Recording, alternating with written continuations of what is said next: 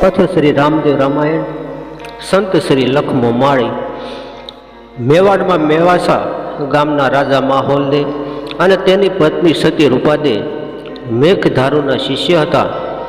એક દિવસ તેઓ મલીનાથના મસૂરિયા બાગ પાસે સંત મેળામાં ગયા અને મલીનાથના ધૂણે ઉતારો રાખ્યો।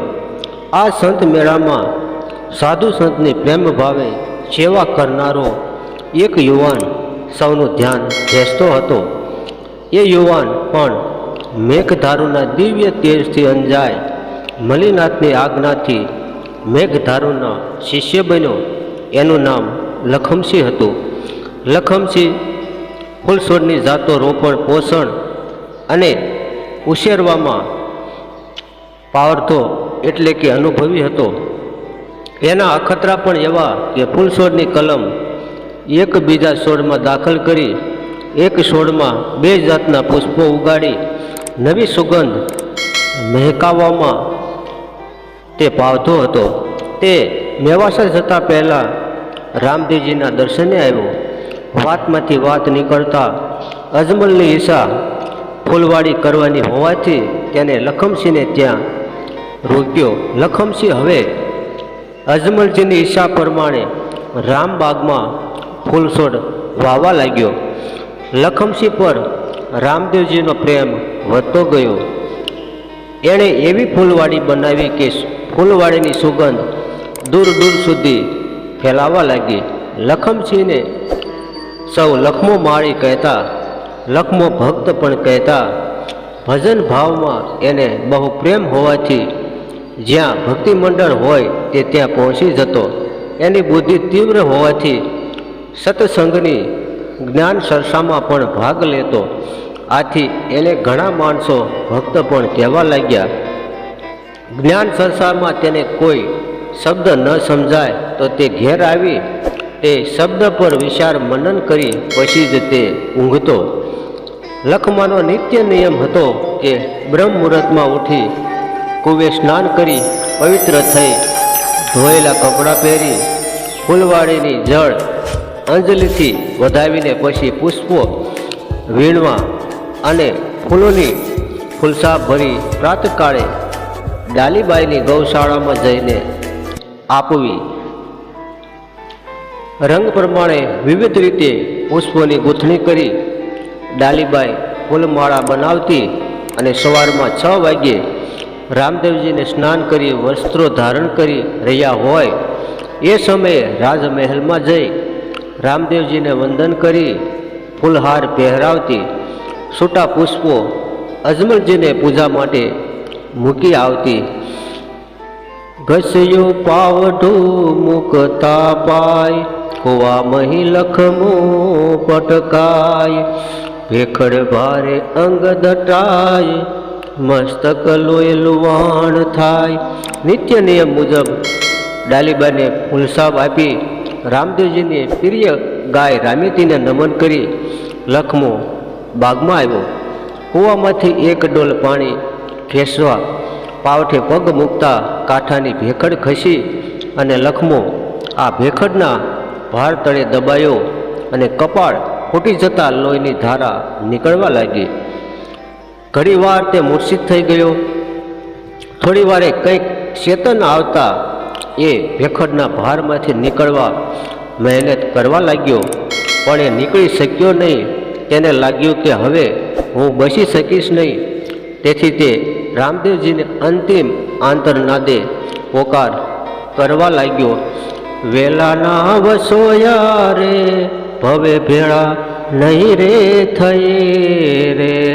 હે મહારાજ કૃપાનાથ દીનદયાળ, મારી છેલ્લી ફૂલસાબનો હાર સ્વીકારજો। ભગવાન, હું આપની સેવા ભક્તિમાં જીવન ગુજારી રહ્યો હતો પણ મારા આ પાપી પગલે રામકુવાનું પાવઠું તોડ્યું। હું મારી શ્રદ્ધા ભક્તિમાં હારી ગયો। હવે હું નહીં જીવું કારણ કે મારે બસવાનું બારું નથી। ભેખડ એટલી બધી ભારે છે કે તેમાંથી કોઈ કાળે નીકળી શકાય તેમ નથી। દે દટાયો કૂપમાં હવે ટકશે અંગ, શરણે લ્યો સેવક ગણી નેજા ધારી ન કળંગ. તે રામદેવજીનો આરાધ કરતો પોતાના સંભાળી ઊંચા અવાજે કહેવા લાગ્યો, બેલડાની માથે રે બજારોમાં માલ તારે, એજી બેડલો બેદલ ગયો છે આજ. હે નાથ, આપે જ્યારે લીલોલા ઘોડલે સવારી કરી બજારમાં નીકળતા તે સમયે મને સાથે રાખી બેલી કહીને બોલાવતા. આપ તો દુખિયાના બેલી છો, પરંતુ તમે તો મને બેલીડા બેલીડા કહીને સાથે લઈને બજારોમાં મહાલતા. એ યાદી કેમ ભૂલાય? આપની સેવાની અમરવેલમાં લખમો પાંદડા રૂપ હતો, એ વેલાથી વસોયો છૂટી ગયું હોય એમ મારો દેહ હવે ટકશે નહીં. આ ભવે હવે ભેળા નહીં થવાય.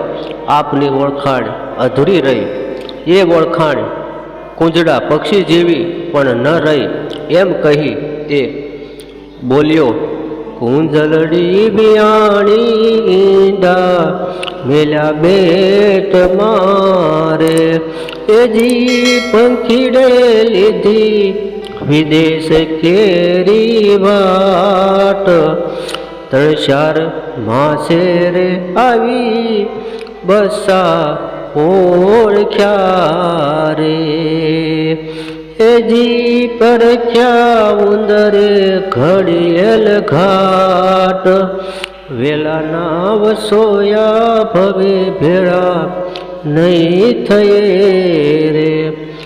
ધૂન ઘણી બાબા રામદેવજી કુંજડા પંખીના ટોળા આકાશ માર્ગે ઉડતા દરિયાના બેટમાં વિસામો લેવા ઉતર્યા.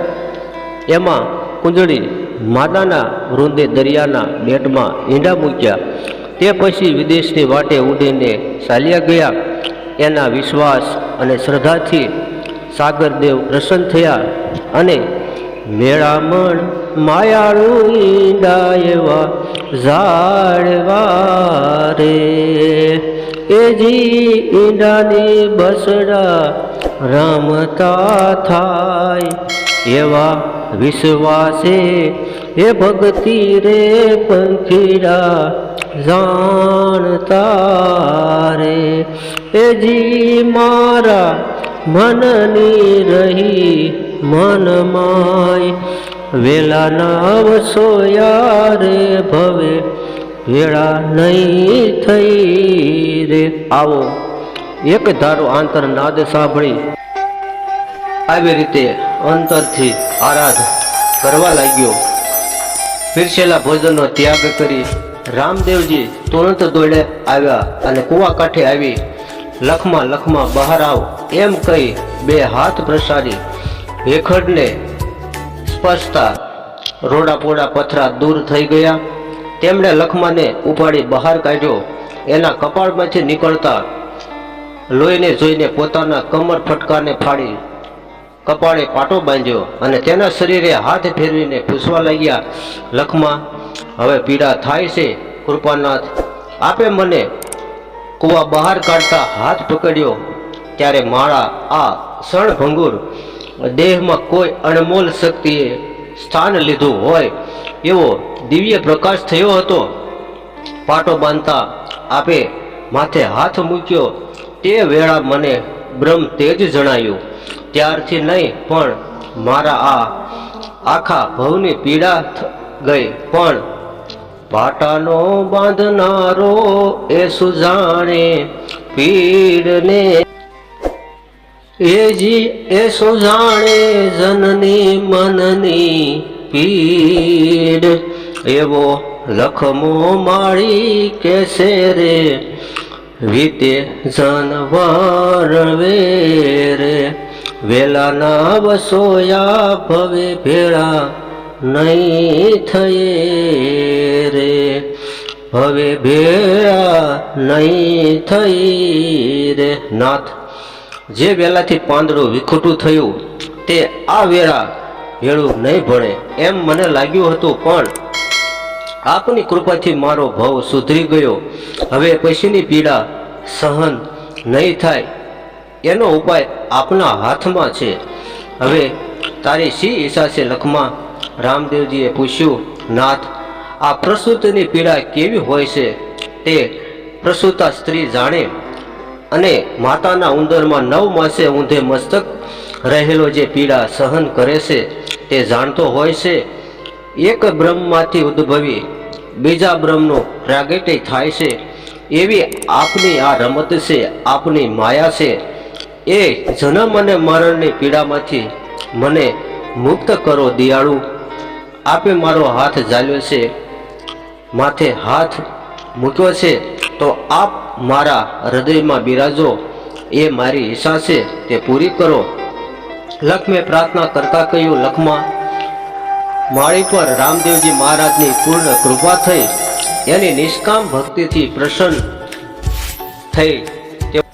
રામદેવજી કહેવા લાગ્યા. લખમા, તું ભજન ભાવમાં રામસાગર તંબુરો સાથે રાખજે.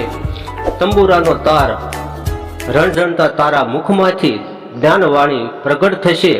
તે વાણીને તું મારા પ્રસાદ રૂપ ભક્તજનમાં વહેંચજે. શ્રી રામદેવજીએ લખમાને વાણી રૂપે જ્ઞાનનું દાન આપ્યું અને તેઓ ત્યાંથી વિદાય થયા. બોલો રામદેવજી મહારાજની જય.